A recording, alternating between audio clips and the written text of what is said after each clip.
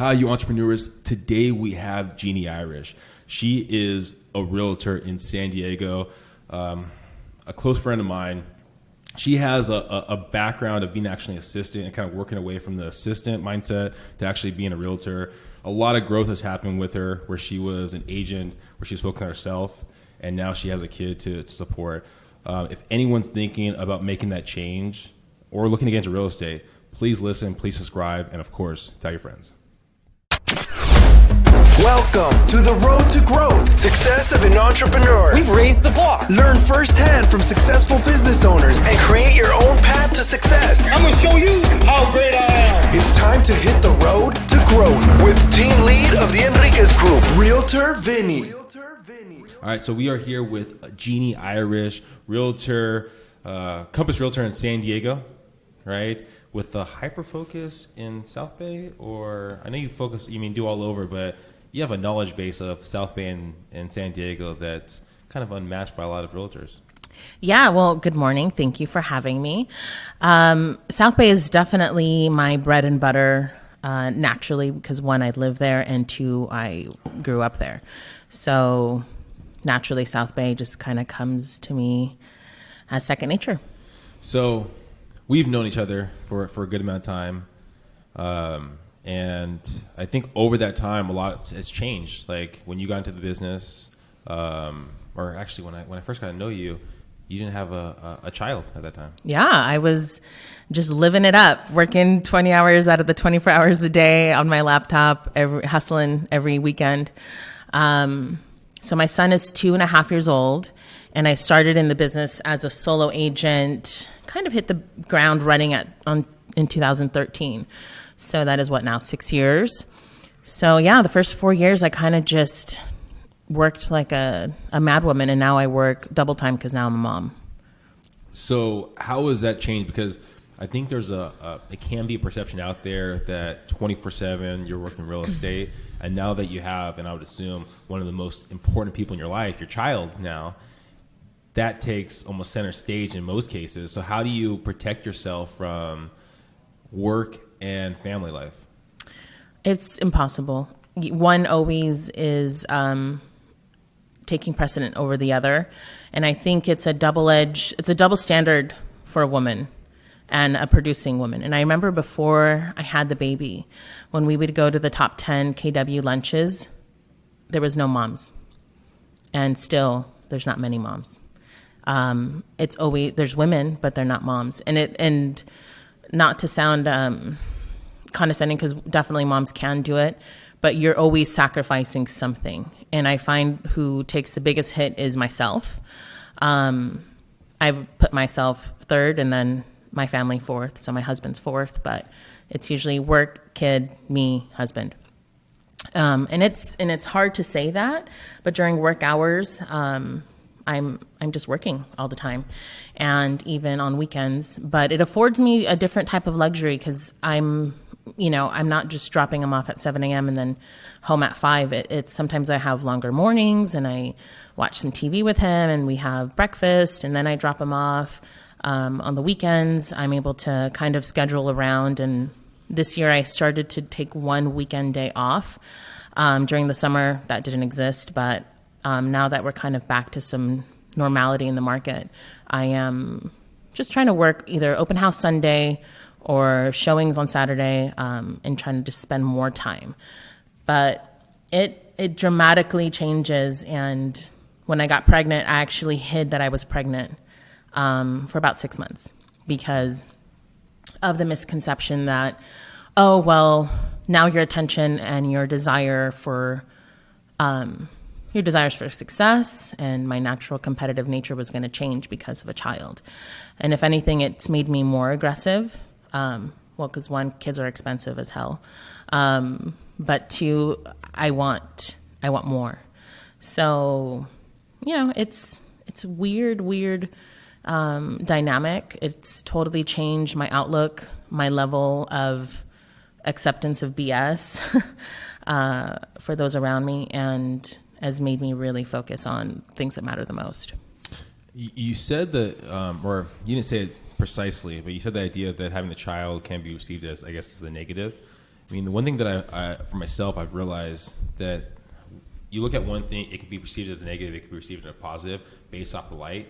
Like I tell people on my team all the time, especially the females, that when they're door knocking or calling, people are going to talk to them. But are they really looking for business? Sometimes they're just looking for something else, right? But they get the conversation a little bit easier, right? For a man, it might be the case, right? For me, I'm not the smallest guy. When I go to a door, they might not open the door for me compared to, but I'll at least know if they talk to me, they might have a reason. Yeah. I think the same thing when you see with people that are in very good shape, right? They have their Instagram, that kind of thing, and they get conversations. Yep. What are they looking for? Yep. When someone has a dog or a child, yep. conversations. So it seems like that probably is a negative, but there might be, like we talked about it before, that in your birthing class, you said? Or birthing class. Birthing class.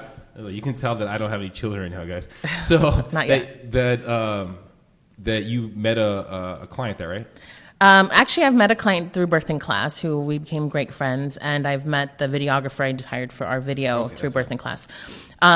Before I had the baby, I was, I would tell moms that I knew,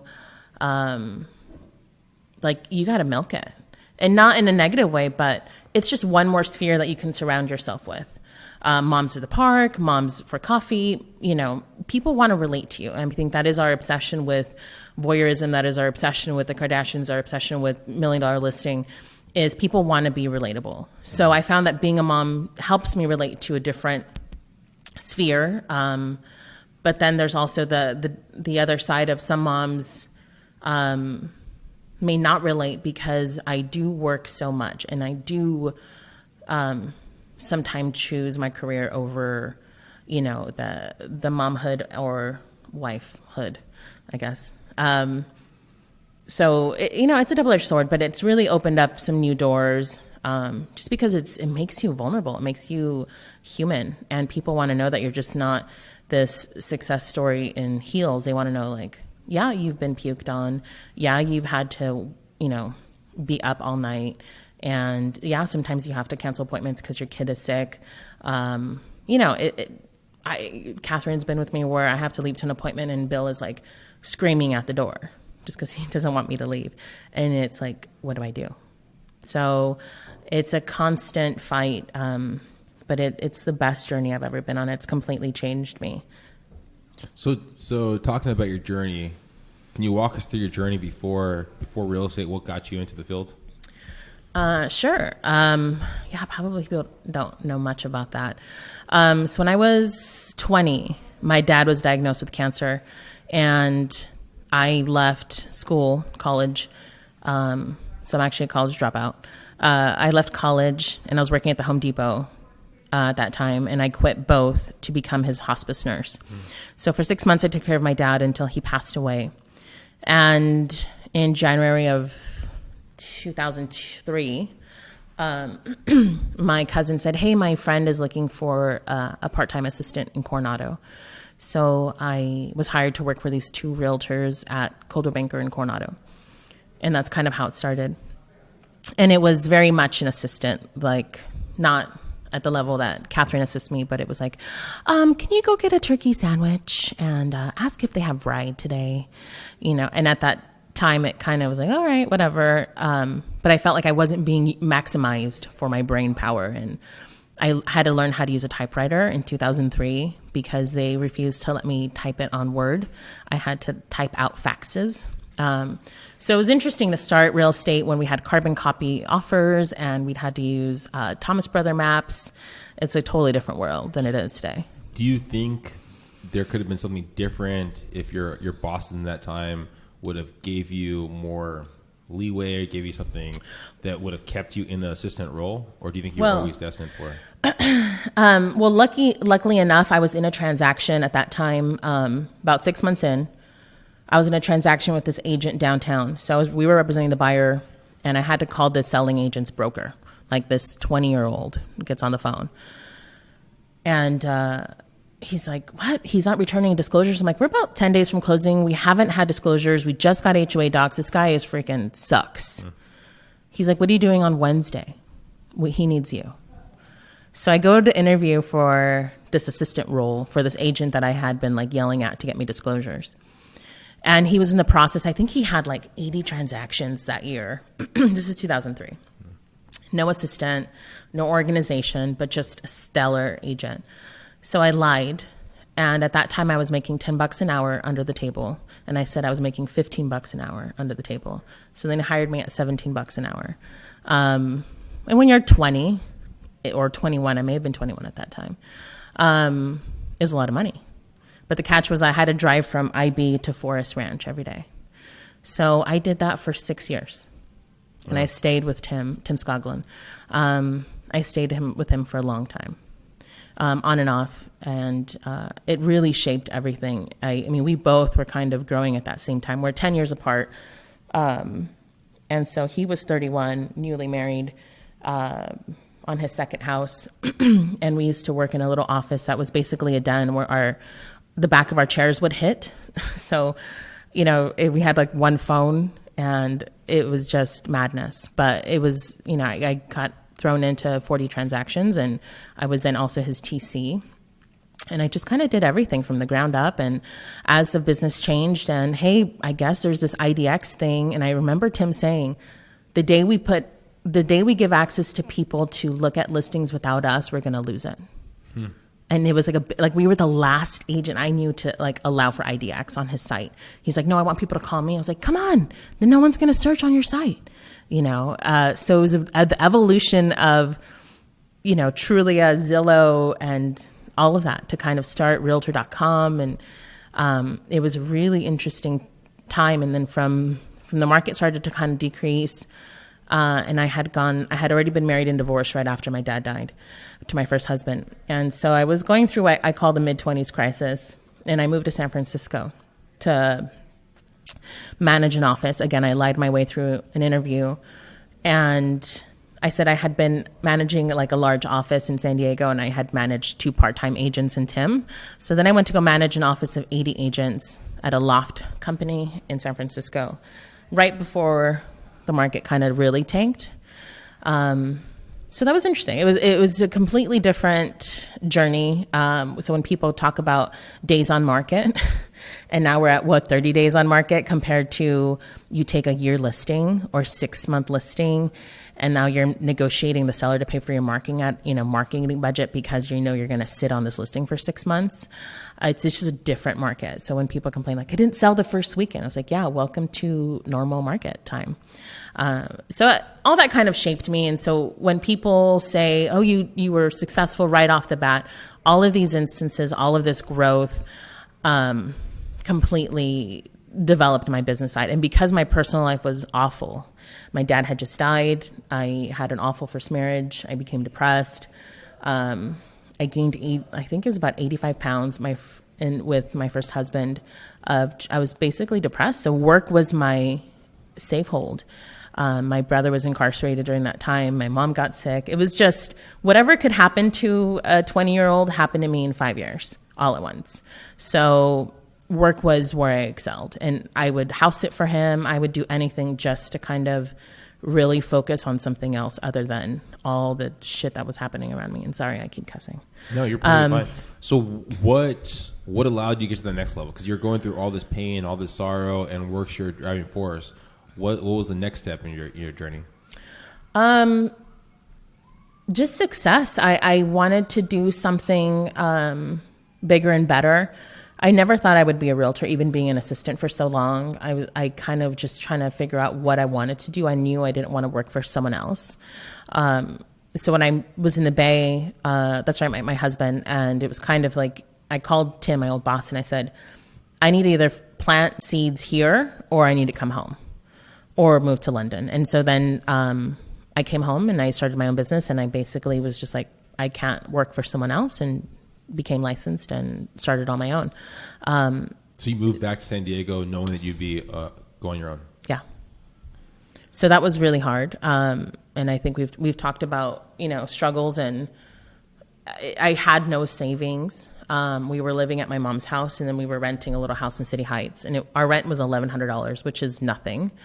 But my husband basically had to pay our rent with his savings for the probably first 6 months to a year before I could even afford anything. And, you have to pay like realtor dues and keep your Sentry card on and pay for gas. I remember one time I had to go to a showing and I didn't have gas in my car and having to use a credit card. And then that gas station, a lot of gas stations don't take credit cards. They only take debit cards. So then I had to go find this gas station with a credit card. And I remember thinking like, one, I had my mom's voice in my head, like, you should always carry cash. But two, like, how could I be this broke and I'm selling houses? I'm such a fraud. But basically fake it till you make it. I'm still kind of faking it, but I'm kind of making it at the same time. So in the real estate field, I mean, when you kind of went on this journey, was there ever a moment where you were thinking about, let me jump back to those, because you were assistant for like 10 years, like that. So did you ever think about jumping back to being an assistant? All the time. I think about it every day. No, I'm kidding. For a while I kept both. So Tim took me back for a hot second when I moved back to San Diego while I was getting licensed, and then I made the jump. But I was still doing marketing for other agents, even though at that time I was already at KW and I had already sold 18 homes. My first year I was still doing side gigs. I am very going to backstory, not from real estate, but my mom is a housekeeper.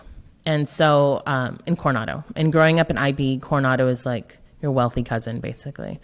All the kids would come to our parties and you knew that they had, access to whatever, the best liquor, not boons, but they had all the good stuff.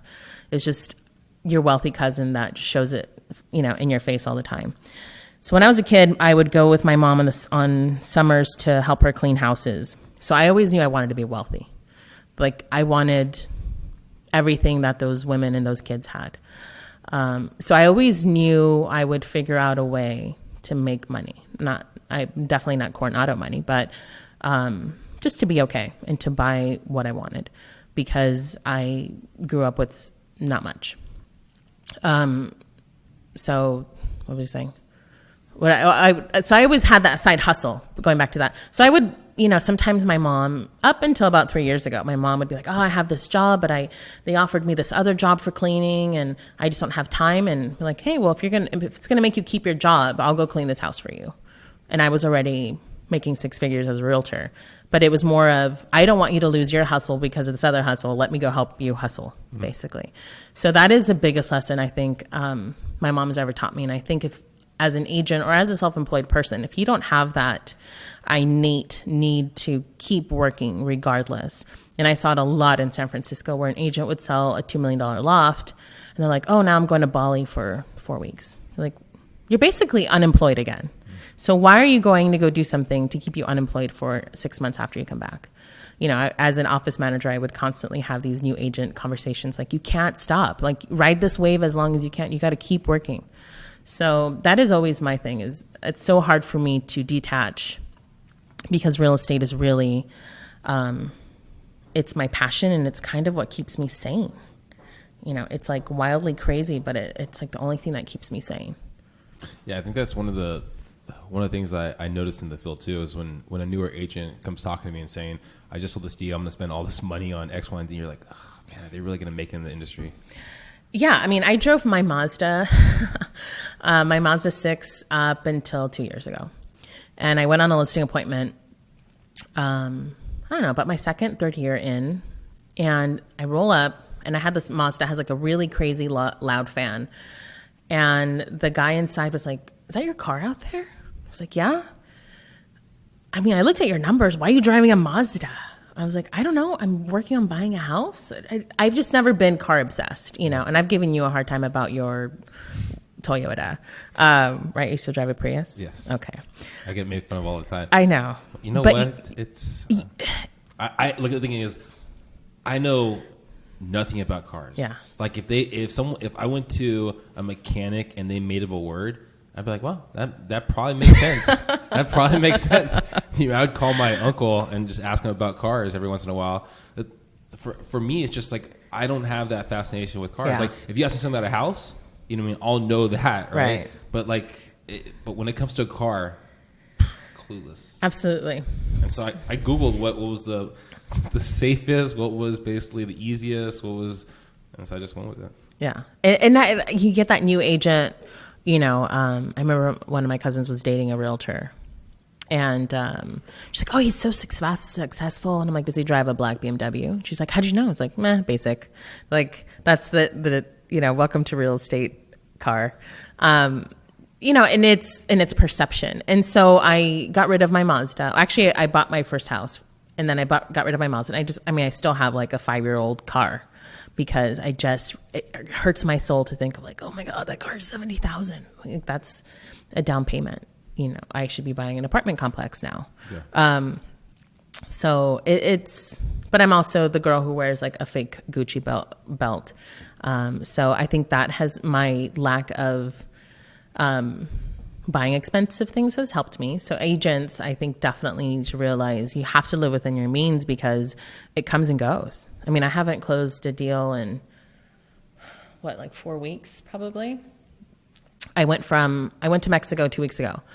The week I went to Mexico, I went from 5 pending sales to 0. Everything fell apart for various reasons. So that is, let's just average it out to $50,000. So a $50,000 December to a $0 December. I'm back on 3 of those escrows, but if I was living month to month, that would be very difficult. So I think that's like the biggest learning curve for agents is you can't walk away and just think you've made it because you've closed 2 deals in a month. Like, that comes and goes every month. Oh, we all have our own financial thermostat. I mean, some people are happy with doing 10 deals a year or something like that. Some people are happy with doing 20. Some people have 30. Some people have 100. Like, whatever that number is. But we all have our financial thermostat, our threshold.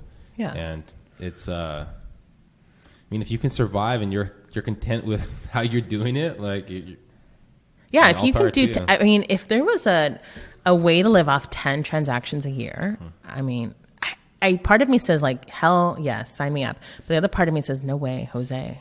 There's a guy, it might be wise to, I don't know now. I say all the time, the guy lives in I think he lives in Thailand or something like that. But all he does referrals. Mm-hmm. So he just connects with his database. He lives out there. He does referrals, gets his referral check, and that's his life. So he's content with living out there, doing that. I'm like, you know, if he found a way to make it worthwhile, all power to him. I think it can be difficult. Mm-hmm. I mean, especially for people listening, people out there that are looking for a realtor, when they're talking to people and this person's been in the business for 20 years, 15 years, but they're only doing 2 deals a year. I mean, it's hard to stay up to date on what's going on in the industry if you're only doing 1 to 2 deals a year. Because imagine if your last deal, you said it was only 4 weeks ago, mm-hmm. but what if it was like 8 months ago? Mm-hmm. That's a totally different market than we're in today. Yeah. Especially in South Bay, everyone's got a cousin who's got a license. You know, oh, my primo has a license. Or he's a border patrol agent / realtor. You know, you can't do everything successfully. So I think that is one thing to always, you know, evaluate when you're a realtor. Unfortunately, that's why the top, 20% of us do 80% of the transactions, is because people want to trust their life savings to somebody that is in the know for the most part. And for those who want to give it to your cousin who does it part-time, there's a lot of risks involved with that, you know? So walk me through, and I think we've kind of already went over it, the idea of what pushes you through all the struggles is being that wealthy person that you saw when you're helping your mom clean in Coronado, kind of going towards that pleasure idea, right? And now I guess you're your child, but before it was kind of going towards that person you wanted to be. Yeah, I mean, pleasure is definitely, I've had an assistant in the past who wasn't driven by money. So I thought if I threw more money at her, she would work harder. And that wasn't the case, because not everyone is driven. I'm definitely money driven, but only because money can afford me certain things that being broke can't. One of those things is nonprofit. In the world of not like an organization, but I constantly give money away, and I need more of it. And so if someone's listening right now and looking to get money from you, ask any teacher how they know me. It's my mom has been a driving force of how to live a moral life. When I was a kid, we didn't have Operation Gatekeeper, which was, crucial to a border town. So we had illegal aliens running through our backyard all the time. And my mom would make burritos, wrap them up, hand them, or a sweater. Or I had cousins. We were like the first stop. So as soon as someone got like papers to cross the border in our family, we were like their first stop because they were an IB until they figured out they're moving to LA or Texas or whatever. So that sacrifice of, we have a small house, but you can sleep on our couch for 6 months. My daughter will give you her Barbies. We'll give you this. Whatever it is. I knew it cost my mom a lot to do that. I want to be able to do that, but I also want to do it at a larger scale. So money keeps me motivated, not because I want finer things in life. As we talked about, I'm cool driving an older car and wearing a fake belt. It's more of what this money allows me to do. And I hate saying no, whether it's T-ball teams or whatever. And it's not because I get necessarily business out of it. I'm awful at making time to go pick up my trophy from whatever donor of the year stuff. It's more about, if it helps somebody in my community where I live in, I want to do it. And I hate having to think about it or like, well, let me look at my monthly ledger book. I want to just be like, yep, what do you need? So makes sense. That's a huge kind of driving force. What's next for you? What's next for real estate in general, do you think?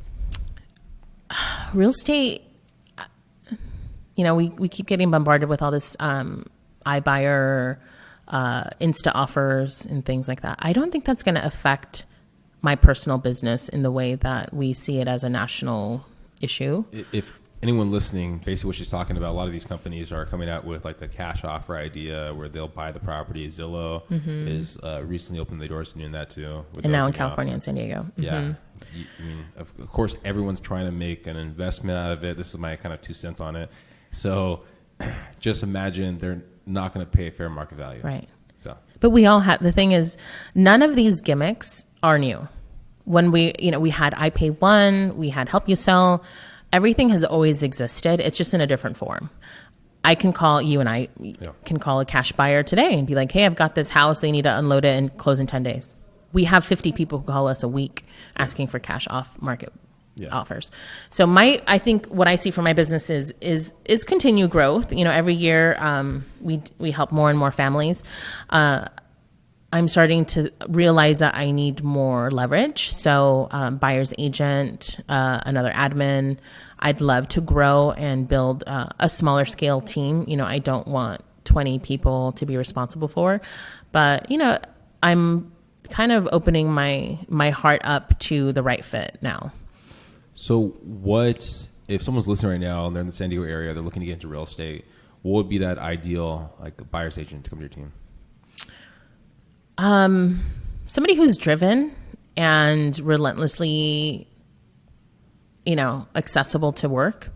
None of this like, well, the Chargers are playing, so Sunday I can't do open house, and Saturday I have a quinceañera or whatever. It's, if you want to work hard, really work hard, and you are, it's not a glamorous business, regardless of what you think is on TV, and it's cleaning toilets, it's prepping someone's house, it's taking care of a dog, it's all kinds of things. So if you are really interested in building a business for yourself, you like to work hard, but you are also, you've got you would say that humility is a big part of your personality. That is somebody that I'm looking for. I don't want a big ego. And then what's the best way if someone's looking for real estate, if looking to be that buyer's agent, to get in contact with you? Yeah, so the best way to get a hold of me is 619-796-9100. That's my cell. You can find me on Facebook, facebook.com/Genie, Genie Irish Realtor. Instagram, of course, which is now all the kids are on. Genie_Irish_Realtor is kind of the best way to get a hold of me. But, we'll see what 2020 brings. I'm not dying to get a team, but I'm definitely open to the right people. So everyone listening, we're going to have the tags in the actual comment section. Please subscribe. Please share. Hopefully you got some great information about Genie. I mean, life changes. You might think you're an assistant one day, but you find out your true calling is a real estate agent. It sounds like, too, by meeting the right leader, right, before helped you on this path, too. So, I mean, know where you are and know where you want to be, I guess. Absolutely. Anything last you want to say to everyone listening? No, I think what you're doing is a wonderful platform to like not just share realtor stories, but business owners in San Diego. You're a natural podcaster. I hope people get with the program and start listening. And if I know you're not watching this right now, but I'm blushing. So thanks everyone again for listening. Please subscribe, please share, and tell your friends. Thank you for listening to The Road to Growth, Success of an Entrepreneur. Please like, subscribe, and stay connected. Visit www.theenriquezgroup.com. Yeah, I created a website. Hope to see you again next week. The Enriquez Group, signing off.